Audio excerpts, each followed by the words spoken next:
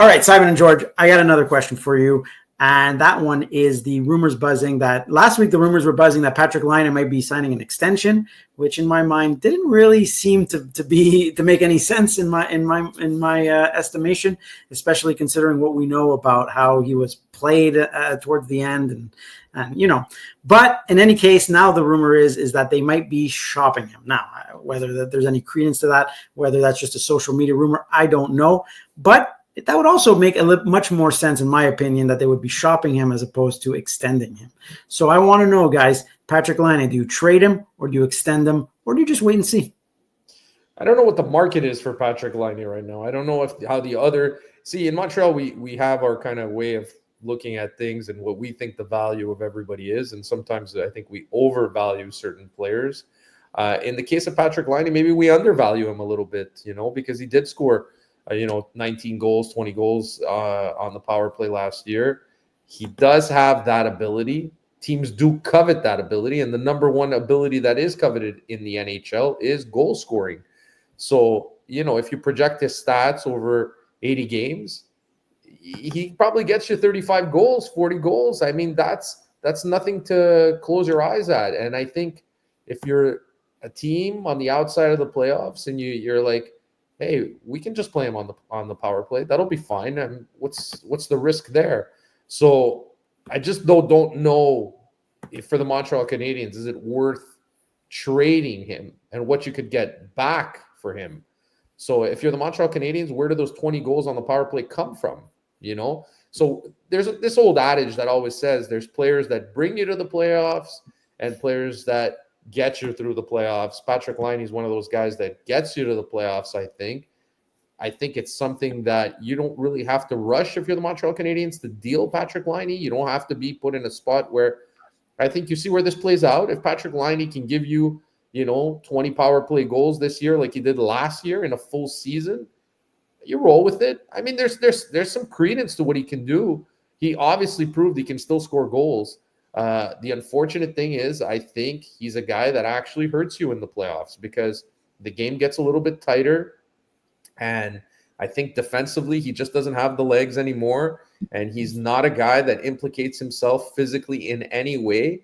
So, I mean, I give him the chance this year. I see what he can do. His knee probably feels a lot better than it did last year. I know he came back real fast. So we'll see. I mean, but if I'm the Montreal Canadiens, I don't know what you could get for him. So I kind of hold on to him and play this thing out.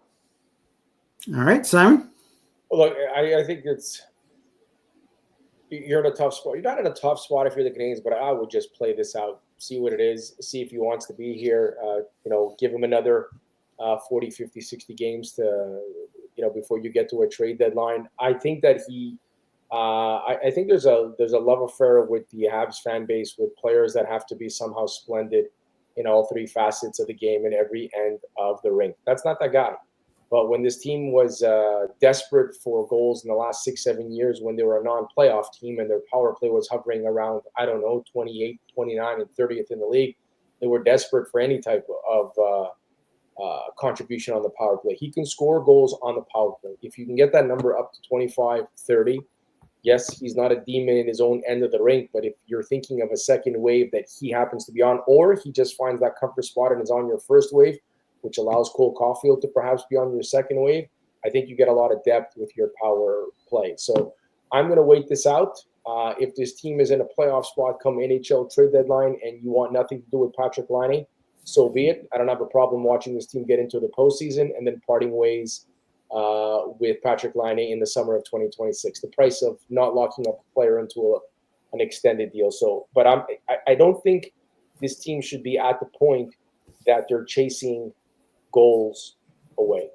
They got great contributions last year from Gallagher, Anderson. Jake Evans was on a tear for a while, so that fourth line was really contributing. Let's see if that happens again. But if you want to make that next step, you got to be dangerous. You got to be dangerous on your second line. We got, the first question was if you're going to slide in Kuznetsov, who probably isn't dangerous. I don't know who else is coming through that door. So you have a giant question mark at center. Demidov, last time I checked, he's played 2 NHL regular season games. That's it. That's all. So he's a giant question mark coming in. Do I think the kid's going to be very good? Yes. Does it mean he's going to be very good as October of 2026? We shall see. But if he's getting nothing from the center ice position, and at the other end, he's playing on a line with Kapanen or Joshua Ottawa, I don't know how you expect to get anything out of that kid as well. So Patrik Laine is a guy who's not very good at his own end of the ring, but he can get you goals. And I'll give him credit. Not my type of player, but when I was last year on a Saturday night in preseason, I was watching CF Montreal on my phone, and then it's all the, oh my goodness, I can't believe this, oh my God, this is the worst thing that ever happened. I flip it back to the hockey game, and I see his body go one way and his knee go the other way. And for most of us who watch sports, like most of the people who are going to be watching this video and yourselves, we thought, goodbye 2024-2025 season for Patrik Laine. The guy came back and produced. Brilliant in his own end, winning puck battles, nope. But literally on a Saturday night in September, we thought he blew his ACL, his MCL, and everything else, and he wasn't supposed to be back. The guy came up and put up some decent goal totals. I'm not ready to chase goals out of this stage just yet. I'll let this season play itself out. I'll reassess come trade deadline, and I'll reassess next summer. All right. I mean, look, you prorated his season last year. You had 31 goals, 31 goals. And if you prorate it to an 82 game season. He didn't win puck battles against Columbus. Yeah. Okay. I mean, sure.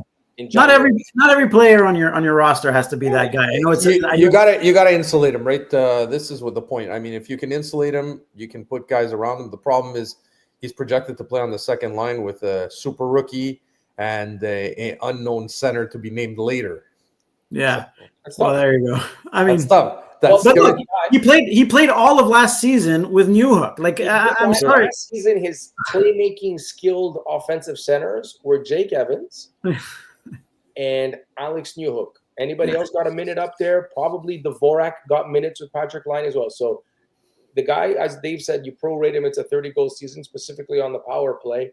And you're asking a goal-scoring winger why he's not being productive when you roll him out there with Dvorak, Evans, and whoever else was at, and Newhook at center. I think the fan base was overly critical of his game. You got a goal scorer. Don't dress it up any other way. And it's just funny that like the power play was so terrible for so long, and they're like, we'll do anything for goals. And then you got a guy who scores almost 20 goals on the power play, and you're like, that's all this guy's good for. Get him off the team. I don't like the way he defends with his stick. He's not breaking up enough passes. Yeah, it's silly to me. But anyway, all right. Well, thank you guys, and as always, be sure to follow us out at the Starters 690 pretty much everywhere across all social media platforms, and let us know. Hey, Patrik Laine, do you re-sign him? Do you ship him out of town, or do you just wait and see? Thanks all for watching.